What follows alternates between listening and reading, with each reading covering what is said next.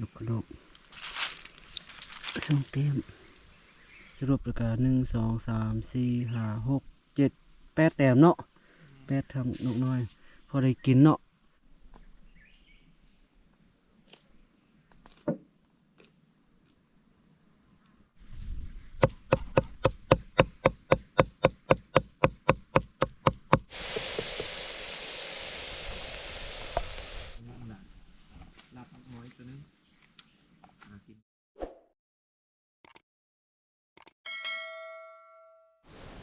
กับทักทายสวัสดีพ่อแม่พี่น้อง FC ทุกท่านที่เข้ามาตามรับชม2,000 ใบวันนี้ก็ขึ้นป้าคือเก่าพ่อแม่พี่น้องโอ้ห่างหายไปหลนเติมเกือบเขาเรือนล่ะโธ่มาปานเขตบ้านเวียงคือเก่านะเขตกระตองเขตอันนี้นะสายผู้ทำแห่คือเก่าไปมากับพันเพชรนะพันเพชรกำลังไปฮื้อเอาเหี้ยวเอากับหลักไปใส่บอลไม้ว่ะเมื่อยมายามล่ะบ่ทึกพันเพชรเปล่านะรถหอยอยู่นอกนะขึ้นมาวัดฟ้าวัดโพเลยโอ้ขี้ฝุ่นพี่ลึกพี่โลนะพ่อพี่น้องขี้ฝุ่นนี่ป้าโถบางบอนจนในเฮี้ยงขากันไปรถจักร2 คันบางบอนจนในห่างกันเป็น10 ปลายเมตรนะขี้ฝุ่นบ่ไหวลูกน้อยห้องเสียอยู่เลยปีกายนี่กระแตก็น่าหลายเลยต้นมันกระบกแถวนี้นะปีนี้มันมืดนะมันกระบกก็เลยบ่มีตัวยังมากินน่ะพ่อแม่พี่น้องห้องห้อยของหมูป่าเลยนะมันกินนะหมูป่ากระแตกระไนนะกินแบบนี้นะแกะสะตรงนี้นะเห็นบ่นะกินเต็มพื้นเต็มยังกินมากระบกเลยนี่นะเต็มพื้นเต็มยังในต้นนี่มันแกะมันกินเบิดแล้วนะเธอบ่มีมากมายให้กินละโธ่ลมแห้งพิลึกพิโลสัตว์อู้เลยนะ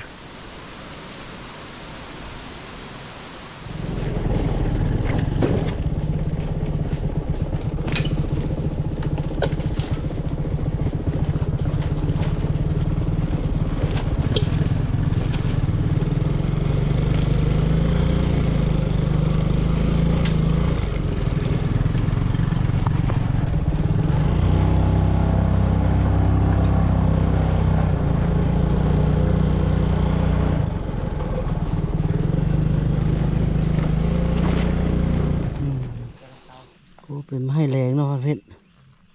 นี่โอ้กบใหญ่ขนาดสูงขนาดมี38 เมตรลมแห้งคนบ่เริ่มประทานเข่าป่ะยิงอยู่เนาะ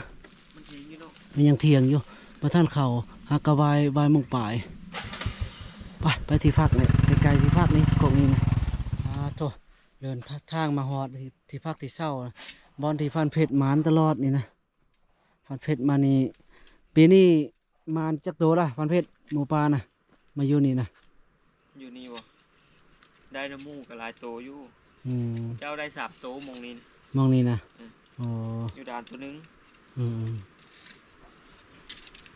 ถือว่าลายโตเติบลายหัวเติบอยู่นี่เนาะเขาได้ตั้ง5เด้เขาได้กับลายเธออยู่จนเอาเมื่อนะผ่านทองไม้ผ่านนั่นเกตอย่างอูสลามอยู่นะหมดเอาเมื่อเลยแต่เขาก็มีแล้วอูนะยันไม่งอดไม่เงาด้วยอูเก่าไปนอนมาฟันเพชรเนาะโอ้โหเอามากระบอกมาเสือกับนะมกสอดมกรีบตัวของนกไปเบิ่งนกนี่นะนกกบมาไกลๆนะนี่นกเปรี้ยวดิห้องอยู่ฟินนะเขายินนกน้อยนกอันโซตกนะมาลายแล้วเลยนกเปรี้ยวจัดนกน้อยนกยังจักโต2 โตนะพอได้เอามาปิ้งมาล่นกินเขาแรกเลยนะเอาบ่ได้เอายังมาเลยไปเตรียมยังมากินเขามาหอดแล้วก็เอาไปหานกน้อยจิ้ว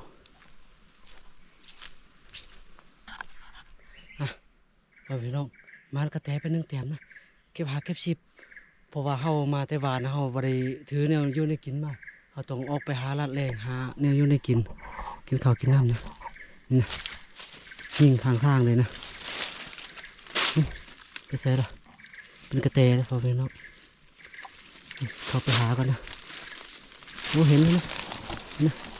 เห็นบ่มุกเลยกระแตกระแตน้อยอึ๊บนี่โอ้ยน้องมันหางมันไปต่อนะต้นมากนี่จากที่พักเข้ามานี่ประมาณ300-400 เมตรบริไกลพ่อพี่น้อง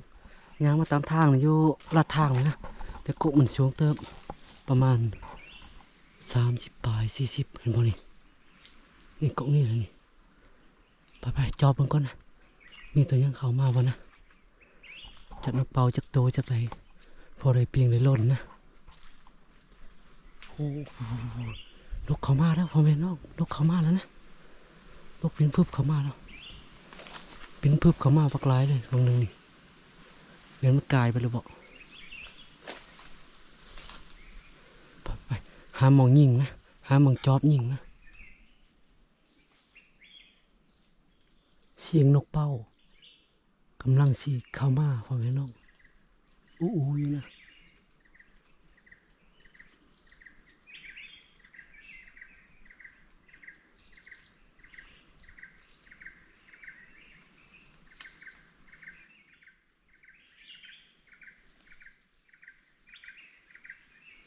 ทะยวนกองตนมันนี่จะสูงขนาดพ่อแม่น้องแล้วทึบนะสิบยังเห็นไปหามองที่เขาจะเห็นเมื่อตนก็ยิ่งใดก่อนนะนกปิดปลิ้วพ่อแม่พี่น้องร้ายนะถ้านกเป่าเขามากก็นะถ้านกใหญ่นกเป่าเขามากก็จึงจัดนะนกจัดนกปิดปลิ้วมีอยู่พอได้ยิงอยู่แต่ว่าท่านยิงพ่อแม่พี่น้องถ้ายิงนกใหญ่ก่อนนะ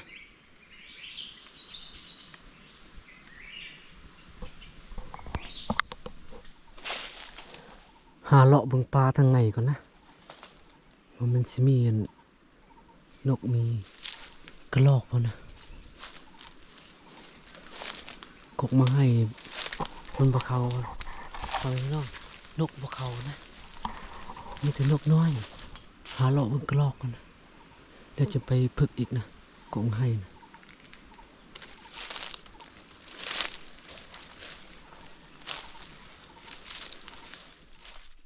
เดี๋ยวประเภทมาฮอดละมานี่บ่เหี่ยวนะ นกเป้าตัวเดียวแหวมีทึแหวมาถึง สมอยฮือมาเลย เบิดละ แม่เข็นทึก็คือสิบิได้ดอกเขาทางลัดมาละแหวนะ โอ้ เขาทางอันแถวกบกนะเขาทางตัดตุยเฮาไปเสื้อหมู โอ้ เข็นทึกยันมีเห็นทั้งแหวอยู่พันมันมีแม่นที่บ้านเฮาซั่น เทวาน คนทางนั้น ปักฟูพุ่นโอ้ เบิ่งเขาตัดตุยถ้ามันมีทึแหวสมอยย่านเขาเหยียบก็เลยฮื้อมาสิ ฮือมาเบิดละ ฮื้อหมดเลย โอ้นี่เราคนนะฮือมาเบิดเลยฮะอ๋อโธ่มีแต่ขี้ดินเนาะประเภทเนาะขี้ดินตูมหมดละเหี่ยวหมูปลา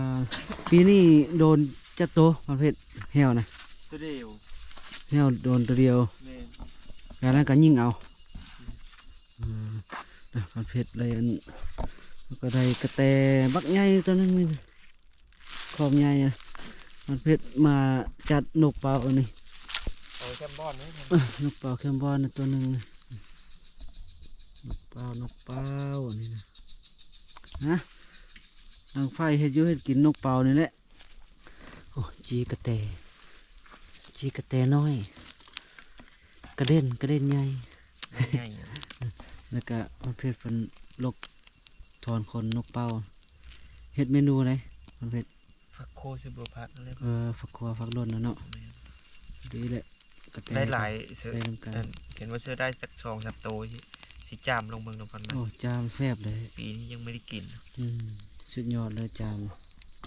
นะเฮ็ดอยู่เฮ็ดกินข้าวแล้วจึงบากันไหมมั้ง เจ็บคอหมดอ่ะ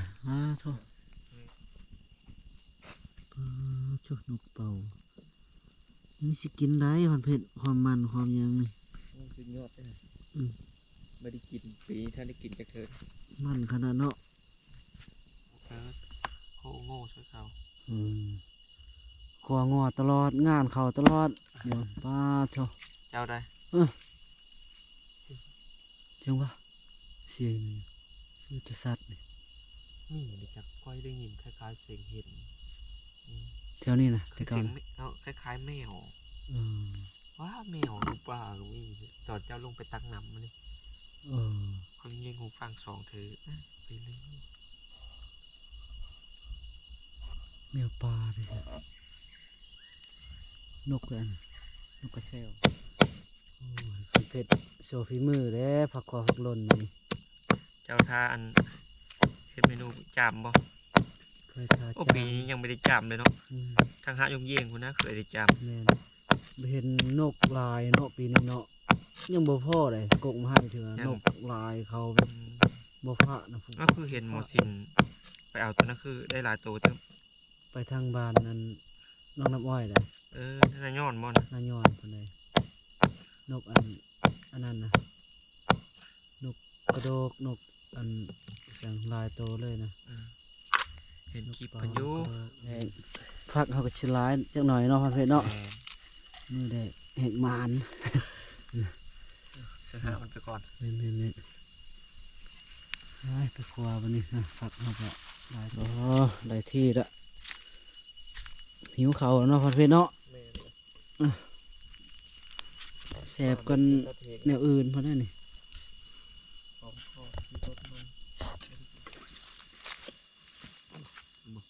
ไปเบิ่งอันนั้นเขาก็ หล่นแล้วได้อันบไรอันนั้นนะพันเพชรเนาะ ฮะ บริกินครัวนกเต่านี่เสิร์ฟแล้ว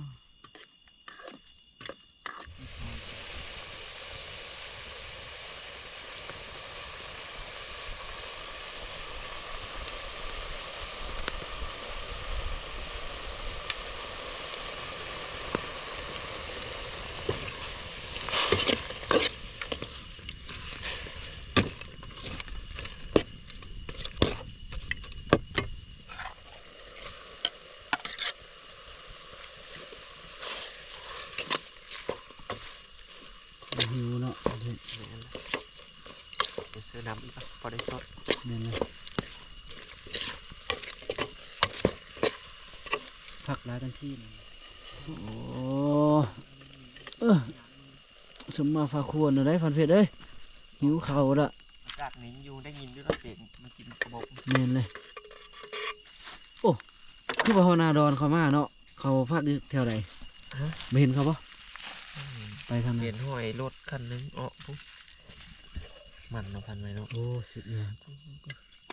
มันไม่แซ่บกว่าอันงัวอีกกินตลอด โอ้แซ่บอยู่ งัวแซ่บอยู่แต่ว่าตัวนี้นะเจียนพิเศษก่อน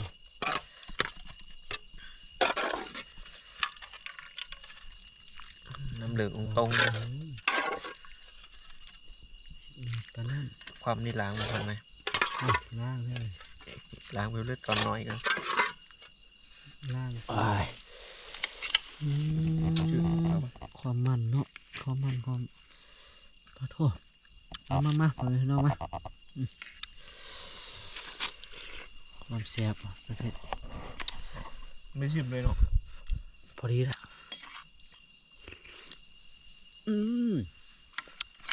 อ๋อแกะไว้ค่ะ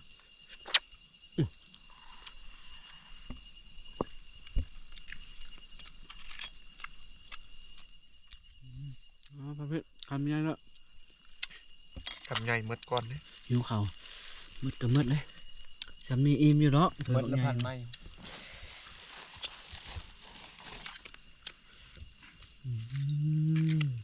อิ่มเลย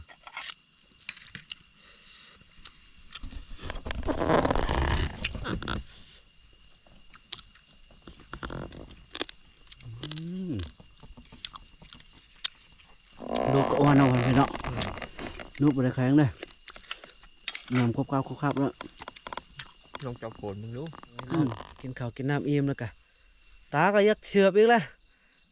หลายมือหลายคืนบ่ได้รับได้นอนโอ้ยบ่ไหวฟันเฟสเพิ่นกะผู้นอนพุ่นละ ได้ พันเพชรพักผ่อนแล้วบ่ กูเหมือก่อนจะอ้อหากัน เจ้าเบิ้งอันเปนี่เบิ้งจักอันนี่พันเพชรนี่น่ะเปนี่พวกเปนี่1 2 3 4 5 6เปคน2คนฮะจังไรก็ย่าพ่อแม่พี่น้องเอ้ยขอพักผ่อนก่อนมื้อเช้าจังบากันใหม่นะมื้อนี้บ่มานมาฮอดก็ค่ำมืดแล้วพันเพชรก็ไปอันยามอันนั้นนะพอดีพันเพชรเพิ่นไปยามเหี่ยวยามหยังก็บ่ได้บ่ถือพักผ่อนก่อนมื้อเช้าจึงบากันใหม่ปาโตพ่อแม่พี่น้องเดินมาในหุงแจงหุงคักแล้วนะสวัสดีตอนเช้าๆตอนนี้ก็6:30แล้วเอ้ยหนาวน้ำหมอกตกนี่น้ำหมอกจนกรามนะใบไม้เห็นบ่ปาโตน้ำหมอกตกมาลาเลยมันละ เมื่อคืนนี่นะจนเปียกเบิดนะอยู่เทิงมันนะไปออกไปละเศร้ากันนะนกห้องแซวๆนะกกมาให้นกมานะพ่อแม่พี่น้องฝนตกนะฝนค่อยๆนะเห็นบ่ฝนบ่ได้แห้งคิดว่าน้ำหมอกบ่แม่นน้ำหมอกเด้อฝนนะพ่อแม่พี่น้องไปต่อนะบ่ทันพ่อยัง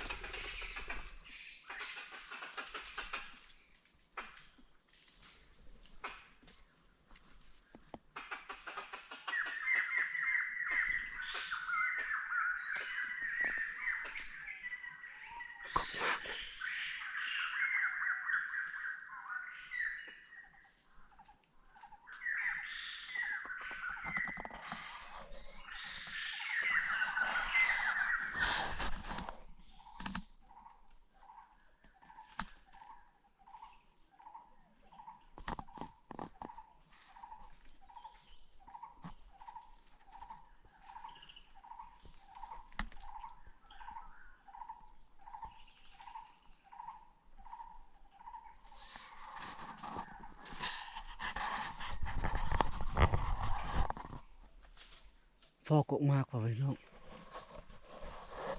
หนึ่งนกเป่าเขานี่40 ตัวนะเฮ้ยกกมันใหญ่มัน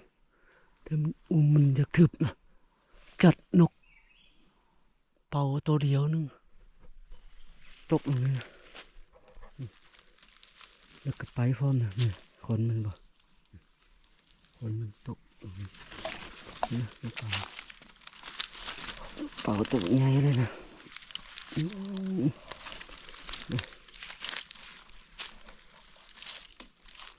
ไปแล้วพ่อแม่น้องไปเบิดแล้วนะหาจอบหาเบิ่งบอลยิงก่อนนะโอ้กมันสูงเลยแต่งามมันเติงไปหลายทิศทางเลยตัวพ่อแม่น้องกมันใหญ่ขนาดนะโอ้ต้นใหญ่ต้นสูงมีห้อยนุ้งห้อยกระแตห้อยกระไนนะมากินแถวกมากมันล้นจนบ่เห็นแล้วนะมาเก็บกินมาหาเก็บหมดนี่ที่จะแถวนอกแถวนั้นต้นสูงเติบนะเอาถ่ายจังหน่อยนะนกเป่านกน้อยเขามาจริงๆอยู่นี่แหละพอไม่ลองเราถามเขามาอีกนะเขาก็จัดเลยตัวเดียวนกน้อยนะนกปีปลิวบลายนะประมาณ4-5 ตัวนะกบมันเขาอยู่กองกบมันนี่นะ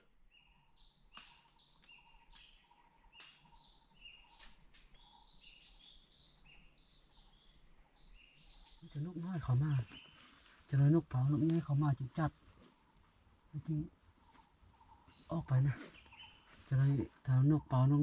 ใหญ่ภูเขาจึงจัดอันนกปิดปลิวจึงออกเมื่อนะแป๊กปีนี้นะมันมีนกเหลืองเขาเลยปกตินกเหลืองหลายเอาถุงไปใส่ละถุ มียางไปใส่แล้วนี่ลูกเปาลูกเปานี่งามขนาดนะลูกเปานี่ตัวงามนะไปเอาเขากันนะเอาเขากระเป๋าเขาถุงกัน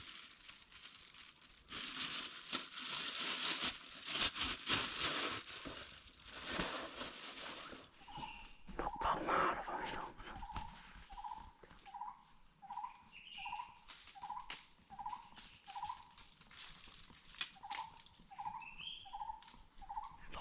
ลูกเปามาแล้วนะจัดกันนะตัวฝอยน้องยิ่งไกลพอนะบ่ทึกจ้อยนะประมาณ3 เมตรจากนาลิ้นขึ้นไปไปจ้อยมีแต่นกน้อยนกไปปลิวนะเอานกไปปลิวว่าจากโต2 โตนี่เขาจัดไปสองแต้มแล้วนะนกกระโลกนกกระโดกอ่ะนกไปปลิวเลยวันนี้เดินออกมากานกไปปลิวมานะ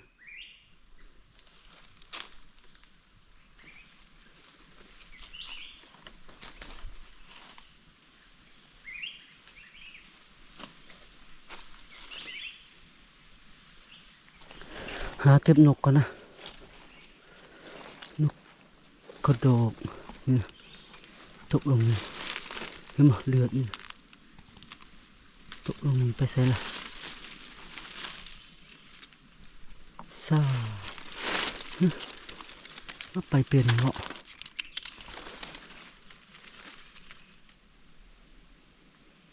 นกน้อยพ่อแม่พี่น้องเขามาเลยนกกระโดกได้แล้วนะของพี่น้องนกแต่นะนกกระโดกส่งเต็มรวมทั้งนกเป่าพอดีได้3จะเลยกลับก่อนเมื่อหาให้เยอะกินก่อนนะพันเพชรทานะไปกลับไปหาพันเพชรก่อนนะเพราะมันกระบอกกกนี่กระไนกระแตหมูกินเมดนะมันกระบอกกระไนกระแตเขาลีขนาดนะแต่เดี๋ยวนี้นะมันกระบอกเมดก็เลยบ่มีตัวอย่างเขานะมาอันนี้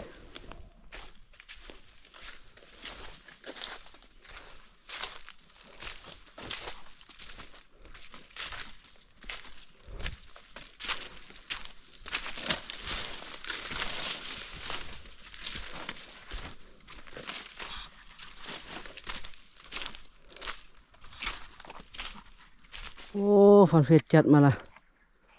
มีเหี่ยวนกอันนั้น2 ตัวเข้าร้ายบ่นกเป่านะ ก็พลาดไป2 บาท ฟาดไป2ข่อยก็ฟาดนกเป๋า1ฟาดกระโหลก2เออก กมาให้จากนี้ไปเนี่ยประมาณกิโลหนึ่งปลายห้วยนี่ มีก็ให้ กมาให้อันเดียวกันนี่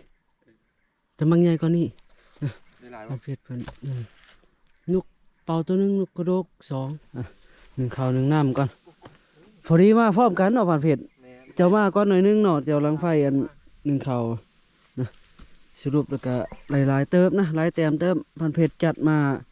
มีเหลียวตัวหนึงนะเหลียวน้อยแล้วก็นกเป่า2นกกระโตงตัวโฉดโตกหนึงกับกระเล่นตัวหนึงนะเชิญพันธุ์ใหม่นี่จัดนี่นกเป่า1แล้วก็นกคอนโดก2สรุปแล้วก็1 2 3 4 5 6 7 8 แต้มเนาะ8ทำนกน้อยพอได้กินเนาะเมนูอะไรคิดว่านะจามบ่ จำพุละโตก็อิ่มแล้ว เอ นะ ออิ่มพูดโตก็อิ่ม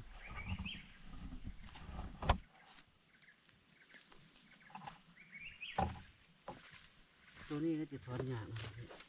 ตอนมึงดู ยาก ตอนมึงดู ยากเลยเอ้ยโชว์มันหยาบ แซวลูกน้อยก็ละ อืม เอาลงน้ อืมเดี๋ยวน้องทานข้าวสุกจนดูอ่ะอันนี้ง่ายสุดอันนี้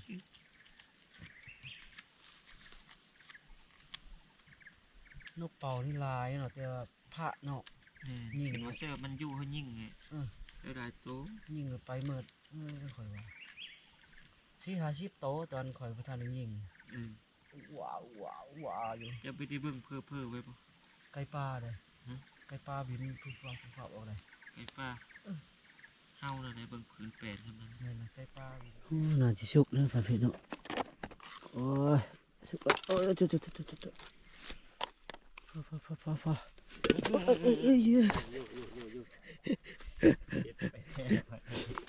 หิวเขามีติบซอยใส่หนีเลยเนาะพันเพชรเนาะซอยปะหนีเลย ปะมันบ่ เออ ตัวอย่างมันตัวนี้อันนี้อันเปล่าดิ บ่ เปล่าอีนี่ ซอยใส่หนีก็ได้ ติด สบาย อาโหด เอาซอยไปซอยมาให้มันเย็น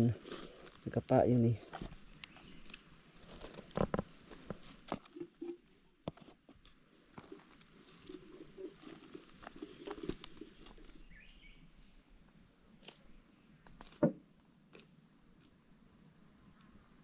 เข้ามาตำหลังน่ะจุได้เฮ็ดแหละ โอ้ยังหยาบเนาะ ยาก เนื้อมันกินเนื้อกินนกกินหยังนะมันยังยาก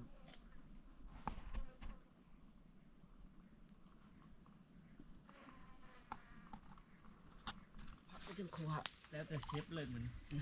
ตัวพันไม้เป็นเชฟนะ อ่ะเดี๋ยวเชฟให้ขี่มันก็เอาเขาเบิด เอ้อนกสลิกาบ่เอามันนกอันนี้งามเนาะนกสลิกาเนาะ ตัวอนุรักษ์ ดูรักเลี้ยงนกสลิกาเอามาเลี้ยงเด้มันเบ้าเป็นนะ แม่นว่าเป็นไหมเป็นไหม มันเบ้าได้นะสลิกานะ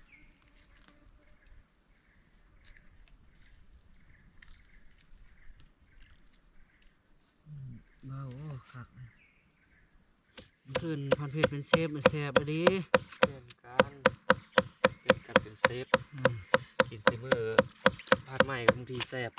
โอ้แซ่บแน่นอนมันเป็นนกเป่าเลยนกเป่าไปแซ่บกับเบิดเลยมันเป็นเชฟอีกจะเถื่อเลยพันเพชรเลย เห็นว่าในนั้นแซ่บบ่แซ่บก็ต้องได้ยองนะ เจอหน้านี่ให้พันเพชรเฮ็ดตลอดให้พันเพชรได้แซ่บ แซ่บเลย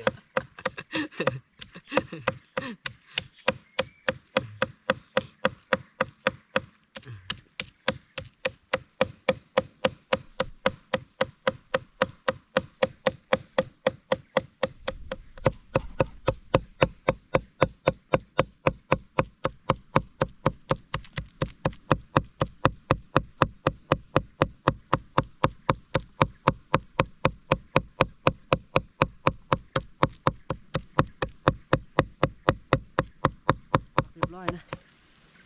พี่มือฟันใหม่ข้าวหมอแล้ววันนี้นะข้าวหมอแล้วก็ไปครัวนะโอ้ยแซ่บตาแซ่บเห็ดลาบเหนียวบ่เคยกินบ่ฝัดลาบเหนียวอันตัวนี้นะประเภทย่างเนาะข้อยก็ย่างบ่เคยเฮ็ดจักเถื่อบ่กล้านะเฮ็ดอันลาวอันนี้เอาก่อนครัวนะใครก็เลยใจอะดิ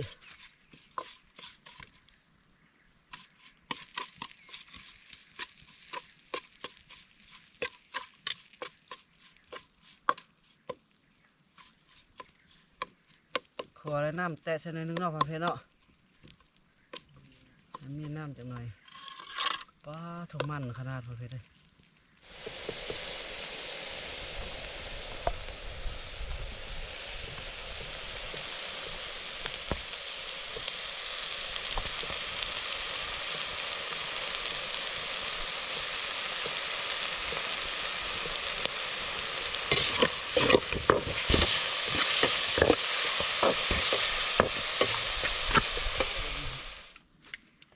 เขาลดให้มันอันหนึ่งจิบผงนะมันเย็นอันนี้จิบผงโอ้มันกระดูกตัวอย่างนกเนาะพักระเบิดตัวนี้อืมชิมกันครับ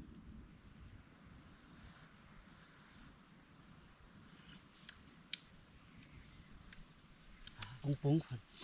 พี่น้องปุ้งก่อนข้าวครัวลงไปนะข้าวครัวลงไปผักหอมลงไปหิวแล้ว คนหิวคนหิวบ่เป็นเสือหิวได้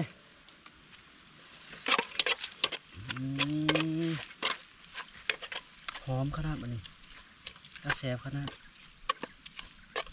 ครบเนาะ ครบ พร้อมเสิร์ฟ ชิมลูกประเภท สิ่งที่แซ่บเลยว่า นะพวกนะเห็นบ่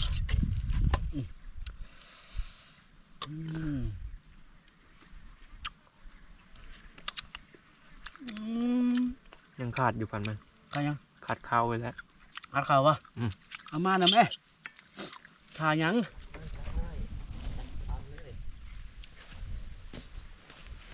เอาบวงมาเอาบวงมาลาบนี่มันเป็นลาบสดลาบสด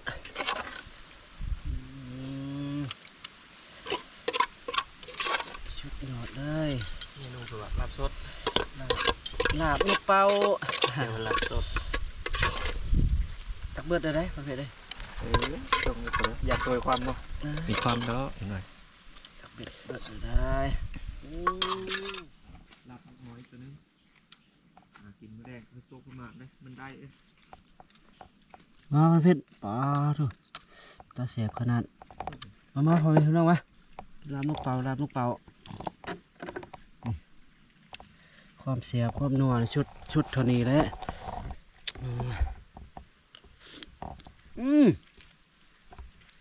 แซ่บพันมัน ครับ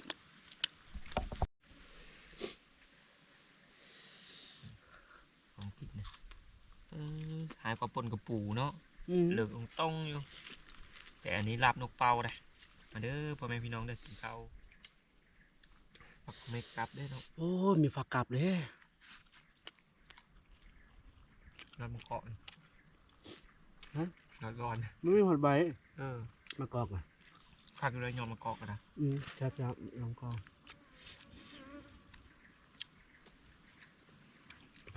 กกมะกอกอยู่นี่ซี่ ชีกก ซี่กกผม เป็นมากจังเบิ่งเอา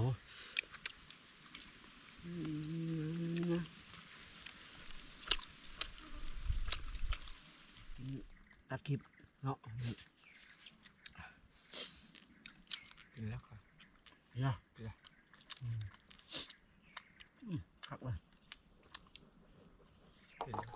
คนเฟซเพิ่นเฮ็ดคักแท้อันนี้นะ เอาลงล้างน้ำก็ ลงล้างน้ำบ่ล้างดิ ล้างทับขี้ดินเนี่ย ท่าขี้ดินบ่คิดว่าท่าขี้ดินเดี๋ยวบ่ล้างเอาล้างฉันท่าขี้ดินนะกาดไว้ในนั้นโอเค ปักบ่ได้กาด โอ้กินข้าวอิ่มแล้วพระเพชรเพิ่นย่างนกเนาะ ยาง ย่างนกย่างแหงปะนะนกเป่าซองนกกระโดกซองอีแล้วหนึ่งอย่างนกอย่างนั้น พักพรแล้วผู้ใดพอไปพี่น้องแล้วจึงไปอีกนะพักพรเอาแห้งก่อนกินข้าวกินน้ำแล้วกะสำหรับคลิปนี้ก็บ่มีอย่างไรขอขอบใจพ่อแม่พี่น้อง FC ที่เขามาติดตามมาชมจนจบไปก่อนทุกคนบ๊ายบายพบกันวิดีโอหน้า